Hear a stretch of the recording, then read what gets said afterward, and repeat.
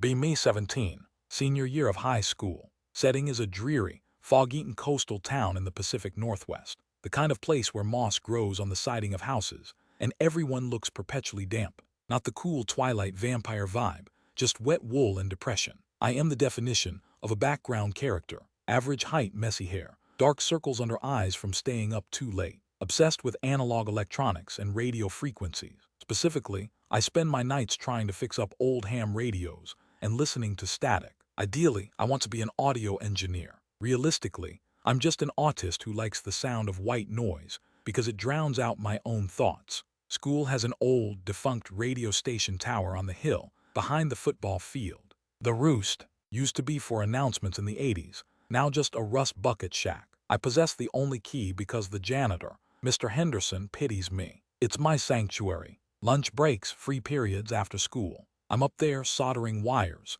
messing with the ancient mixing board, broadcasting dead air to a town that isn't listening. Enter her. Let's call her Cass. Transfer student from the city, total opposite of the town's vibe. Bright vintage jackets, pins on her backpack, messy bleach blonde hair. She's loud, chaotic, talks to teachers like they're people, into obscure indie bands, and carries a chunky camcorder everywhere. She's capturing textures, whatever the hell that means. Naturally, I avoid her like the plague. She shines too bright, hurts my eyes. I prefer the gray static. One Tuesday, raining sideways. I'm in the Roost, trying to loop a frequency from a weather station in Japan. Door slams open. Wind howls, rain blows in. It's Cass. She's soaking wet, holding her camcorder under her jacket like a baby. She sees me, freezes.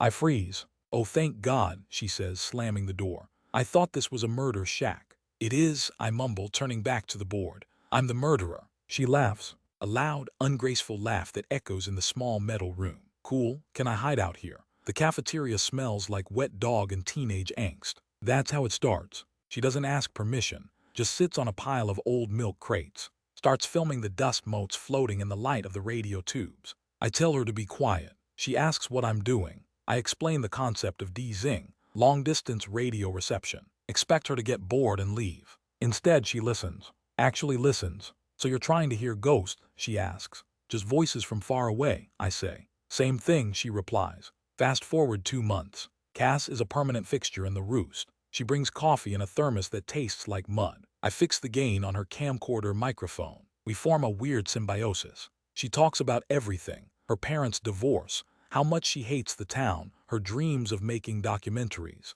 I mostly listen, nod, turn knobs. Occasionally, I talk about signal propagation or the ionosphere. She calls me Static Boy. I call her Glitch because she's always tripping over cables. We start skipping class together, hiding in the shack while the rest of the school rots in assembly. One afternoon, the fog is so thick you can't see the football field below. We're listening to a number station from Russia, creepy buzzing, and a woman's voice reading numbers. Cass is sitting on the floor, leaning her head against my chair. The room is small, smells like ozone, solder, and her vanilla shampoo. Do you think anyone is listening to us? She asks quietly. We aren't broadcasting, I say. I mean generally, in the universe. I look down at her. The orange glow of the vacuum tubes lights up her face. She looks vulnerable, stripped of her usual loud armor. My heart does a weird glitchy jump. Maybe, I say, if they have the right frequency. She looks up at me, eyes hued dark. There's a moment. The silence stretches, heavy and electric, harder to decipher than the Russian codes. I panic. My brain screams asterisk abort. I spin around and crank the volume on the static. We're losing the signal, I say, voice cracking. The moment shatters. She sighs, pulls away. Yeah, she whispers, signal lost. Winter comes. It gets dark at 4 p.m. We spend more time in the Roost. It's freezing, but we have a space heater. We share headphones to listen to weak signal, sitting shoulder to shoulder. I'm painfully aware of every inch of contact. I'm falling for her. Hard, but I'm a coward. I convince myself she's just bored. She's the cool city girl. I'm the weird radio goblin. We're just friends of convenience. She'll leave eventually. Why ruin it by making it awkward? Christmas break approaches. Cass comes in one day, unusually quiet. She's not filming. Sits on the crate, stares at her boots. My dad wants me to move back to the city for the next semester, she says. The world stops. The static in my head goes silent. Oh, I say, that's good, better schools, more people. She looks at me, searching for something.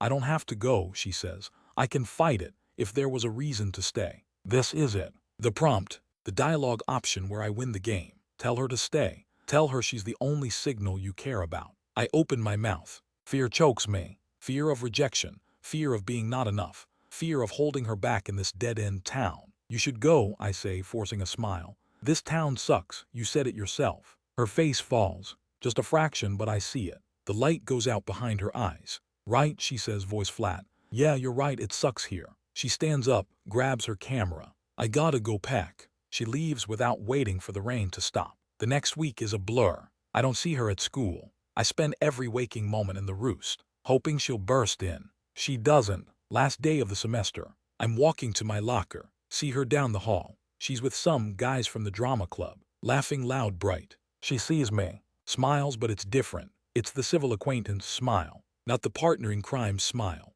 It hurts more than a punch to the gut. I nod and keep walking. Go to the roost. Lock the door. Cry for the first time in 5 years. Feel pathetic. She moves away. No goodbye text. No final dramatic scene. Just gone. I check her social media sometimes. She's in the city looking happy. Artsy photos, new friends. I delete the app. Focus on the radio. The static sounds lonelier now. I graduate. Go to a local community college. Get a degree in electrical engineering. Get a job at a telecom company fixing cell towers. Life is gray, steady, quiet. 5 years pass. Be May 23. Still living in the same town. Still have the key to the roost, though the school barely uses the building. I go up there sometimes for nostalgia. One weekend, I decide to finally clean the place out. Mr. Henderson is retiring, and they're gonna demolish the shack. I'm sorting through boxes of old tapes and wires. Find a loose floorboard under the desk where I used to sit. I pry it up. There's a cassette tape there, labeled For Static Boy in Sharpie. My heart hammers against my ribs. I find an old tape deck, plug it in. Hands shaking. Press play. Hiss of tape noise. Then her voice, young, echoing, accompanied by the sound of rain on the metal roof. It must have been recorded that day. She asked about the ghosts. Hey, she says, if you're finding this, you're probably still fixing radios. A pause, she laughs nervously. I'm recording this because I'm too chicken to say it to your face. Typical, right? I think I'm in love with you. My breath hitches. The world tilts. I know, you're in love with the ionosphere, but I don't know, I feel like we're on the same wavelength. Is that a stupid pun? Probably. I'm hoping you'll find this before I have to leave. Or maybe I'll play it for you. Or maybe I'll just chicken out and hide it under the floor. But yeah, you're not just background noise anon. You're the whole song. Okay, this is embarrassing. Over and out. Click, end of tape. I sit there, in the dusty, rusting shack. Rain starts to patter against the roof. Same sound as 5 years ago. I rewind the tape. Play it again.